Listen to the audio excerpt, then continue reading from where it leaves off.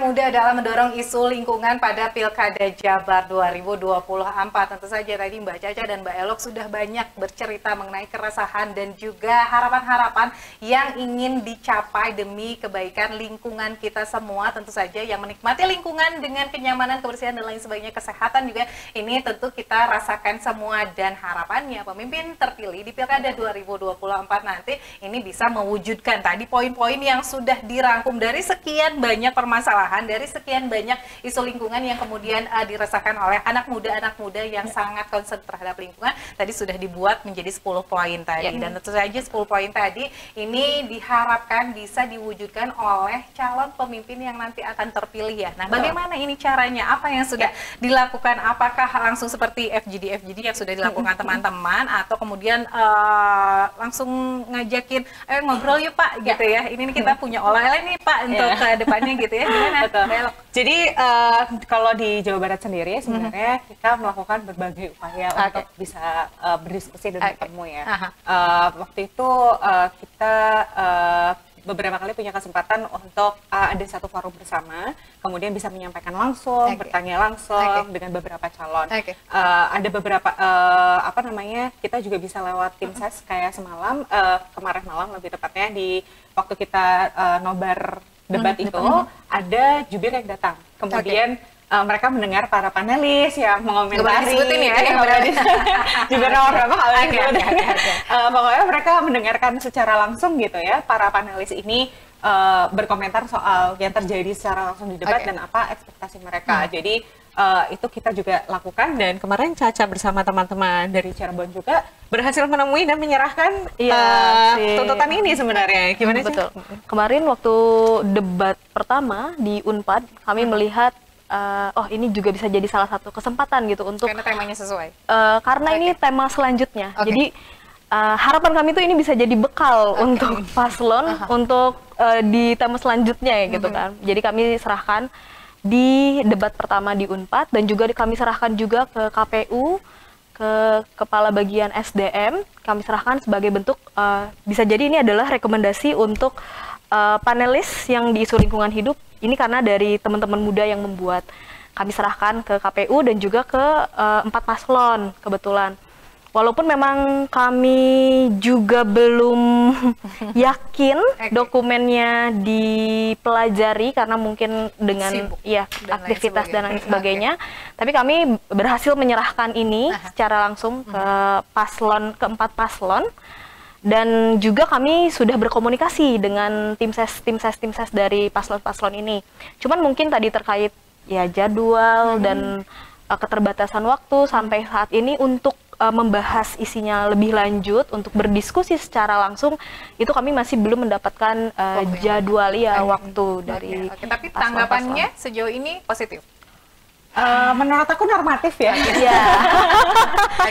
Kan kalau di kampanye kan pasti orang-orang ini kami akan pelajari ya. Jadi tapi sejauh ini hanya beberapa paslon yang punya kesempatan untuk merespons secara langsung, itu pun hanya di beberapa part tuntutan ya, tidak semua tuntutan sudah merespon bagaimana standingnya terhadap isu itu, posisinya terhadap isu itu sudah cukup jelas gitu, tapi di beberapa tuntutan belum ada jawabannya, masih normatif, dan kami masih berharap sih sebenarnya di waktu yang tersisa sampai satu kali lagi November, debatnya satu kali lagi terakhir nih. Betul, mungkin akan ada diskusi secara langsung, tapi ya nanti kita tidak akan berhenti sampai di sini tentunya Teh. Jadi kita ingin nanti setelah ini siapapun yang terpilih, kita akan justru makin mendorong tuntutan ini untuk menjadi sebuah hal yang nyata gitu. Jadi tidak hanya untuk dibahas di dalam kampanye, tapi juga ini kamu udah jadi kepemimpinan daerah nih, udah terpilih, tolong dong lakukan hal-hal yang kita butuhkan. Gitu. Nah, ini juga kan mungkin ini langkah-langkah preventif yang kemudian bisa menyelamatkan, diharapkan bisa menyelamatkan lingkungan kita dari keburukan-keburukan dampak dari bencana tadi ya. Dan kita juga sepertinya nih masyarakat Jawa Barat nih harus tahu dampak-dampak mengerikan apa saja. Apabila langkah-langkah ini tidak diwujudkan gitu, kita tuh harus takut dulu baru ini beraksi barangkali ya gitu ya. Harus resah dulu baru kita beraksi. Seberapa besar dampak negatif dari ketidak dilakukannya poin-poin tadi yang dijabarkan itu seperti apa? Oke, seberapa jadi menakutkannya ya. betul. Tadi kalau Caca sudah mention soal bencana alam, Tata juga tadi sudah baca ya. Dan yang paling atas adalah bencana terkait dengan cuaca ekstrim. Mungkin kita sebatas oh ya udah sih cuaca ekstrim apa buruknya gitu ya. Tetapi yang lupa bahwa cuaca ini sangat berkaitan dengan hal-hal lain seperti pertanian. Misalkan gini, kita di para petani itu sangat mengandalkan cuaca untuk siklus tanamnya. Dan kalau di searching aja gitu, banyak sekali kasus-kasus gagal panen, kemudian harga cabai naik, harga ini tidak stabil itu karena perubahan cuaca. Dan ini akan terus terjadi dan memburuk jika hal ini tidak dilakukan. Jadi sebenarnya perubahan iklim itu sedekat meja makan kita gitu, sedekat bahwa nasi ini berpengaruh, cabai ini berpengaruh. Kita lagi orang Sunda kalau nggak makan pakai cabai kan belum makan nasi belum makan terus iya, termasuk garam loh. Garam itu juga sangat berpengaruh terhadap cuaca karena dia perlu panas yang cukup untuk bisa menjadi garam kan, karena dia mengeringkan air laut. Jadi dan yang paling riskan buat anak muda ini kopi teh. Sekarang lagi coffee shop lagi rame. Kalau nggak ada kopi, coffee shopnya juga kita juga nggak bisa ngopi ya. Kita kan anak-anak muda ini tidak bisa hidup tanpa kopi ya.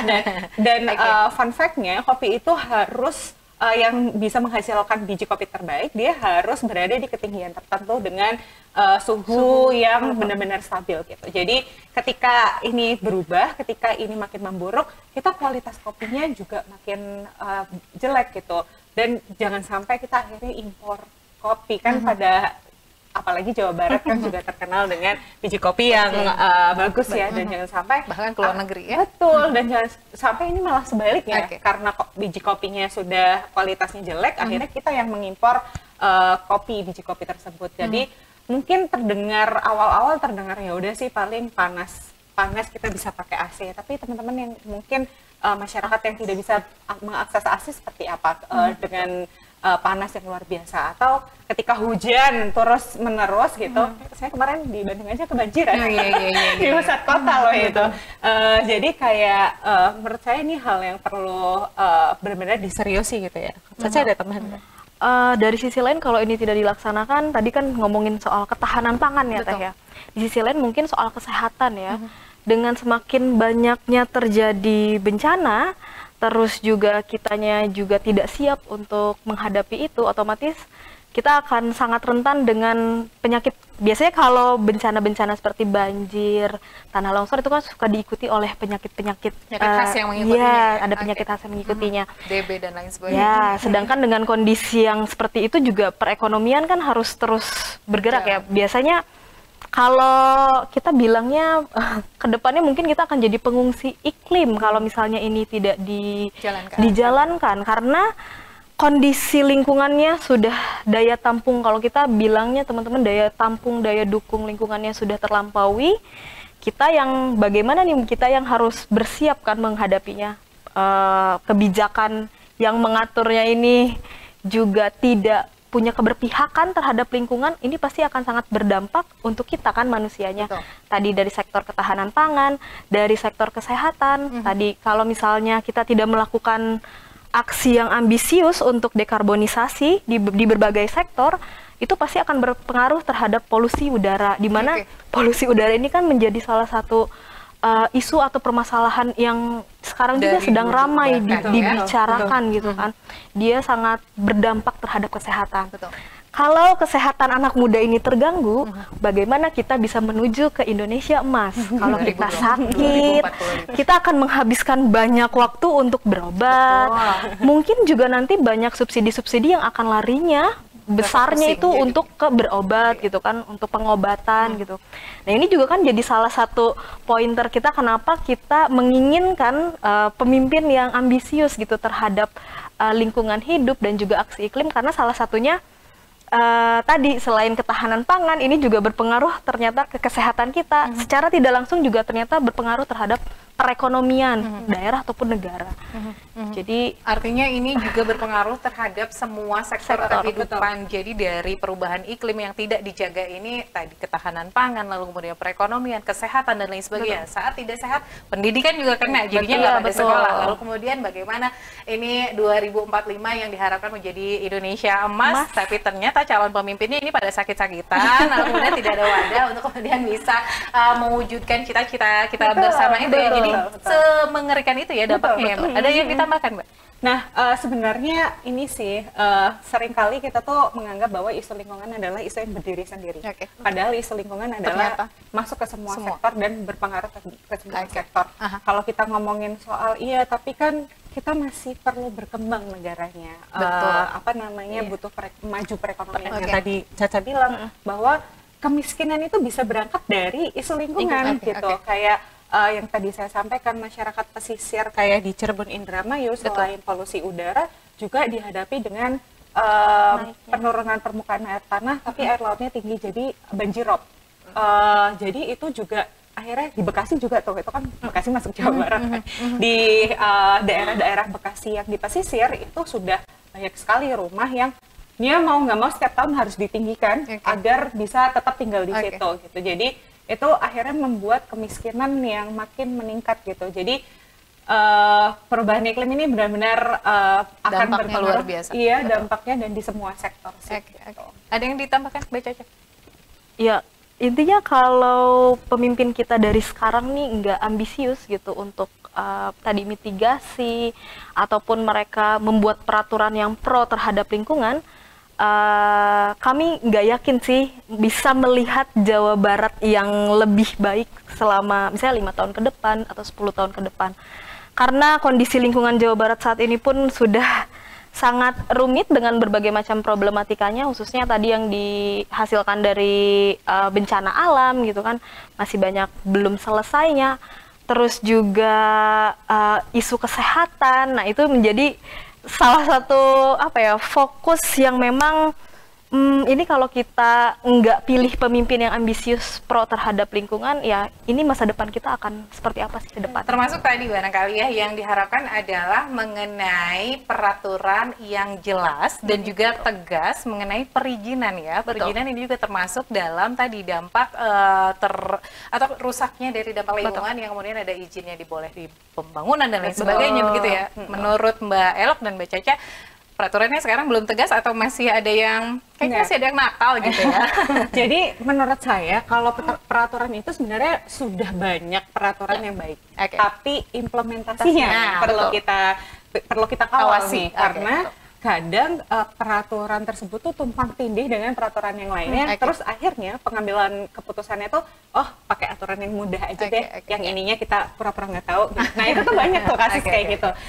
Dan ini yang pengen kita lihat kan, dan kadang masyarakat tuh nggak tahu loh, ini kok tiba-tiba udah ada pembangunan di tetangga saya. Inginnya adanya transparansi tadi. Betul, transparansi, dan memang kadang tuh ada sih sebuah pembangunan itu harusnya ada pelibatan masyarakat. Tapi kadang cuma secara di aja. Secara formalitas saja.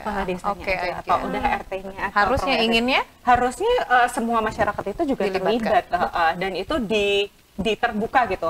Misalkan pasang iklan di Bandung TV, akan ada pembangunan ini yang protes bisa hubungin ini atau keberatan aduan. Itu kan harusnya permintaan misalnya boleh dibangun tapi syaratnya ini dan lain sebagainya. Atau dilihat daerahnya ini boleh atau tidak. Takutnya nanti misalnya dampaknya, kan kita juga harus mengenali topografi daerah kita ya. Dan apa dampak yang akan terjadi saat pembangunan tadi disebut. Inginnya duduk bareng. Betul. Nah itu yang kita sering kali lihat itu miss banget atau hilang dari pembangunan yang ada, dan itu tidak hanya terjadi di sektor lingkungan, sebenarnya itu pembangunan terjadi di berbagai sektor gitu.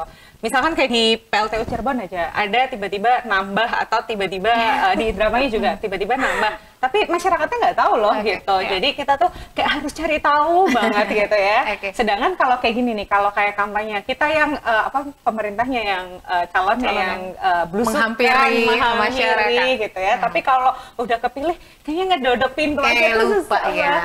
Gitu.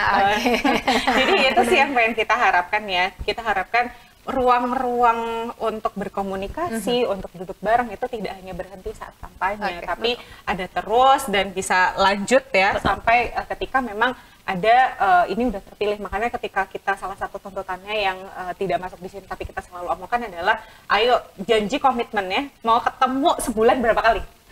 Jadi atau kayak dalam setahun ada nggak ruangnya, apa bentuknya. Jadi itu yang kita harus tanya karena kita capek sih sebenarnya di janji-janjiin.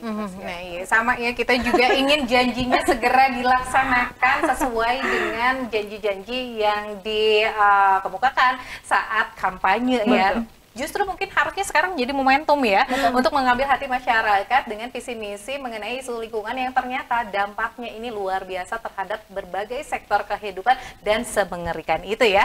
Nah kita juga ingin tahu ini nih ada kegiatan apa lagi yang akan dilaksanakan oleh teman-teman di sini untuk agenda berikutnya untuk kemudian bisa menyampaikan tadi poin-poin yang luar biasa. Tapi tahan dulu, kami masih ada satu segmen lagi, jadi pastikan Anda tetap di tempat Anda bersama kami di Dialog Khusus Bandung TV.